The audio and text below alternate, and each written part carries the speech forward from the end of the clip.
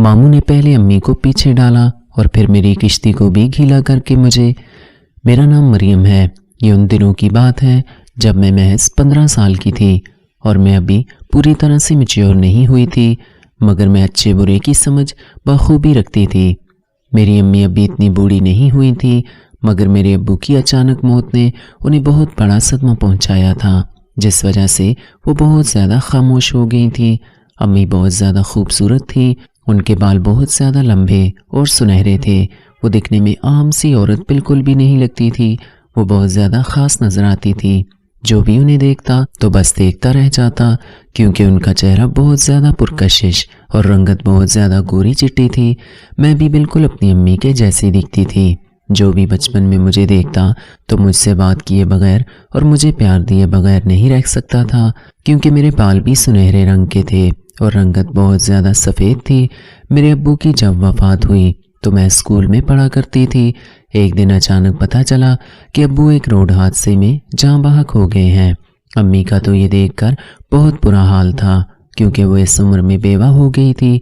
ہمارے گھر میں ہم صرف 3 ہی افراد تھے، ابو، میں اور امی۔ میرا کوئی بھی بھائی نہیں تھا۔ امی مجھ سے بہت زیادہ پیار کرتی تھی۔ میں کبھی اپنے ننیحال نہیں گئی تھی، نہ امی نے مجھے اس بات کا ذکر کیا تھا، مگر ابو کے فوت ہونے کے تھوڑے ہی مہینوں بعد امی نے ایک لڑکے کو گھر پر بلا لیا تھا۔ امی کہتی تھی کہ یہ ان کا بھائی ہے، مگر محلے والے کہتے تھے کہ امی نے ابو سے بھاگ کر شادی کی تھی اور وہ پیچھے مڑ کر کبھی بھی نہیں گئی تھی۔ وہ لڑکا دکھنے میں امی جیسا بالکل بھی نہیں تھا، جس سے یہ اندازہ ہوتا کہ وہ امی کا بھائی ہے۔ وہ لڑکا اب ہمارے ساتھ ہی رہنے لگا تھا۔ وہ ایک نوجوان لڑکا تھا جس کی عمر لگ بھگ 25 سال کے قریب ہوگی۔ وہ دکھنے میں خاموش شکل تھا، نوجوان تھا۔ امی اس کا بہت خیال رکھتی تھی اور وہ بھی ہمارا بہت خیال رکھنے لگا تھا۔ امی نے سارے محلے میں یہ کہہ دیا تھا کہ یہ ان کا بھائی ہے، اور مجھے کہا تھا کہ میں انہیں ماموں ماموں بلایا کروں، اور امی کے کہنے کے مطابق میں انہیں ماموں ہی بلایا کرتی تھی۔ وہ مجھے بہت زیادہ پیار کرتے تھے، اپنے پاس بٹھا لیتے تھے اور بہت زیادہ پیار دیتے تھے۔ ان کا پیار دیکھ کر مجھے بہت زیادہ خوشی محسوس ہوتی تھی، کیونکہ ابو کے بعد وہ ہمارا بہت زیادہ خیال رکھنے لگے تھے۔ میں اکثر ان کو اور امی کو ایک ساتھ دیکھتی اور ان کی حرکتوں سے مجھے بہت عجیب محسوس ہوتا، جس طرح وہ امی کے قریب جا کر ان کو اپنے حصار میں لے لیتا۔ کبھی کبھی تو مجھے شک ہونے لگتا کہ جیسے یہ میرے ماموں نہیں ہیں، مگر امی ہمیشہ مجھ سے کہتی رہتی کہ یہ تمہارے ماموں ہی ہیں۔ امی اس کے بہت زیادہ قریب ہونے لگی تھی، مگر وہ امی سے زیادہ مجھ پر توجہ دینے لگ گیا تھا۔ وہ اکثر میرے پاس آ کر بیٹھتا، مجھے میری پسند کی چیزیں پوچھتا اور بازار سے میرے لیے بہت چیزیں لے کر آتا اور اپنے ہاتھوں سے مجھے کھلاتا رہتا۔ امی یہ دیکھ کر مسکراتی رہتی، جبکہ مجھے بہت عجیب لگتا اس کا میرے یوں اتنا قریب آنا۔ مگر حیرت کی بات تھی کہ امی کو بالکل بھی برا نہیں لگتا تھا۔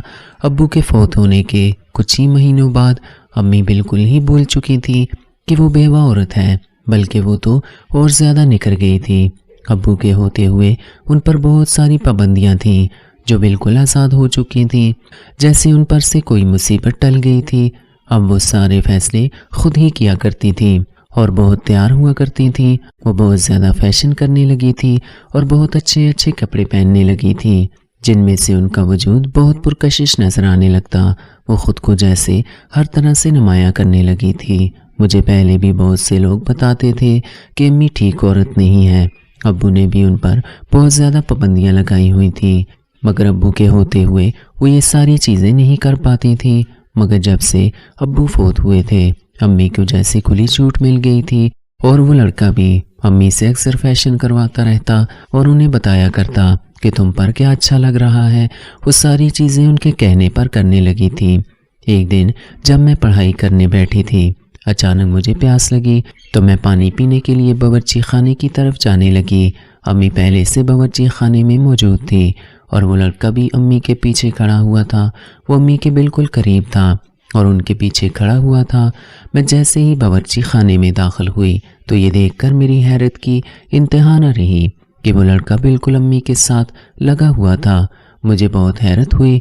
امی کے چہرے کے تاثرات تھوڑے بدلنے لگے کیونکہ میں نے ان کو دیکھ لیا تھا۔ مجھے دیکھتے ہوئے لڑکا تھوڑا پیچھے ہٹ گیا، مگر جب تک امی کام نپٹا رہی تھی وہ انہی کے ساتھ کھڑا رہا۔ میں پانی لے کر واپس اپنے کمرے میں آ گئی۔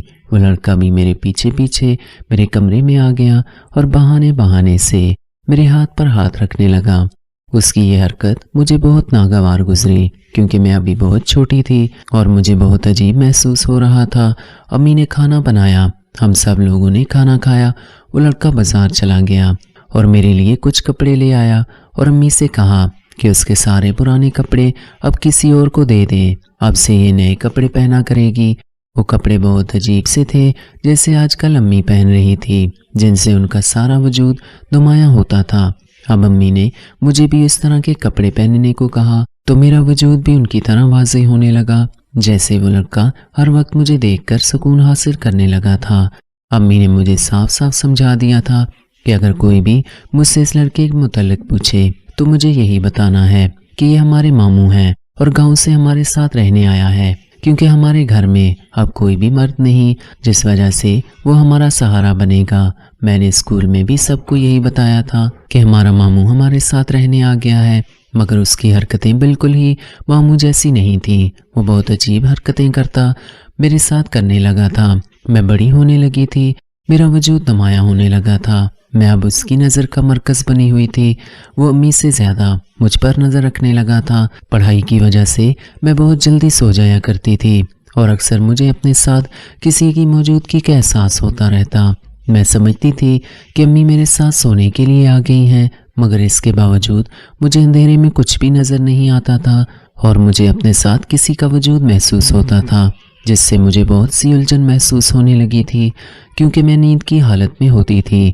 رات کو اچانک مجھے بخار ہونے لگا، میری آنکھ بخار سے کھل گئی، کیونکہ آج بہت تیز دھوپ تھی اور میں پیدل گھر واپس آئی تھی، جس وجہ سے مجھے بخار ہو گیا تھا۔ کیونکہ دن بہت زیادہ گرم تھا، جب مجھے بخار ہوا تو میری آنکھ خود بخود کھل گئی۔ میرا کمرہ کیونکہ الگ تھا، میں الگ ہی سویا کرتی تھی۔ کبھی کبھار امی میرے پاس آ جایا کرتی تھی، مگر جب سے وہ لڑکا ہمارے گھر میں رہنے لگا تھا، امی میرے پاس ایک رات بھی نہیں سوئی تھی، بلکہ مجھے کہہ دیا تھا کہ اب تم الگ کمرے میں سویا کرو، اب تم بڑی ہو چکی ہو۔ پیاس کی شدت نے میری آنکھ کھولی اور میرا ماتھا بخار سے تپ رہا تھا۔ جب میں امی کے پاس جانے لگی تو یہ دیکھ کر میری آنکھیں پھٹی کی پھٹی رہ گئیں کہ امی اپنے کمرے میں اس لڑکی کے ساتھ موجود تھی اور وہ لڑکا لیٹا ہوا تھا، جبکہ امی اس کے اوپر تھی۔ یہ منظر دیکھ کر میں بہت زیادہ حیران ہو چکی تھی، کیونکہ وہ منظر ہی ایسا تھا جو مجھ سے دیکھا بھی نہیں جا رہا تھا۔